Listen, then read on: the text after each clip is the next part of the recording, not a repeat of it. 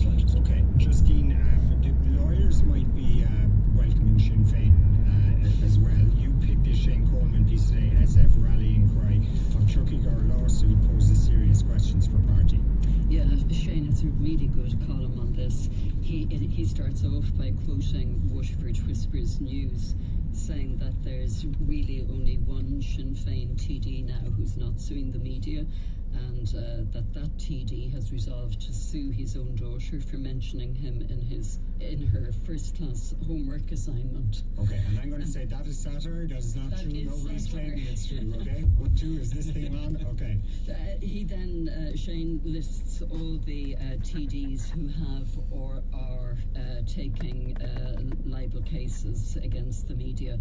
Mary Lou MacDonald, 3 separate occasions. Pierce Doherty, Matt Carthy, Angus Snuddy, Donegal Lira, Martin Kenny, and now more recently Chris Andrews, who's not only suing the Irish Times but suing personally the journalist Harry McGee, political correspondent, which is very unusual and considered really just, a bit low to do that.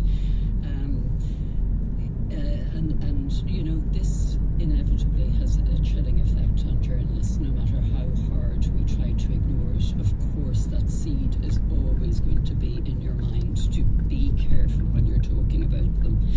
Yeah, no, Sinn Féin would say their TDs have the same right to defend their good name that the rest of us have, and I think the phrase that Mary Lou MacDonald uses is when journalists cross a line, And I actually am sympathetic to Sinn Féin's constant refrain that it has been unfairly treated by the media.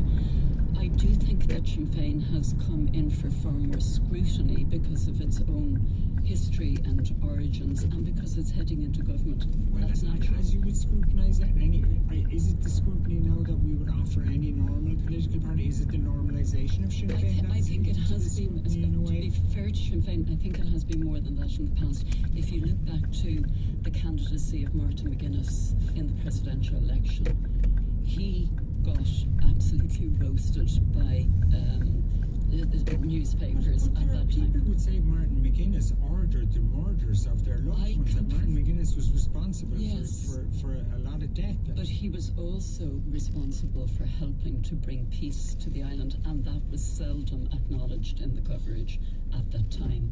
Ben? I don't think so. I take your point. Sinn Féin has been under some extraordinary scrutiny because Sinn Féin is on the road to government. And if you like, it's the flip side of the earlier article, because the earlier article you see, a sector of society, thinking out loud and adapting itself to the reality of Sinn Féin coming into power. This story is emblematic of the fact that Sinn Féin has to acknowledge that if it is the government or aspiring to government, it too has to adapt. Because it can't constantly perceive itself and see itself as the victims of some vast conspiracy to prevent it getting into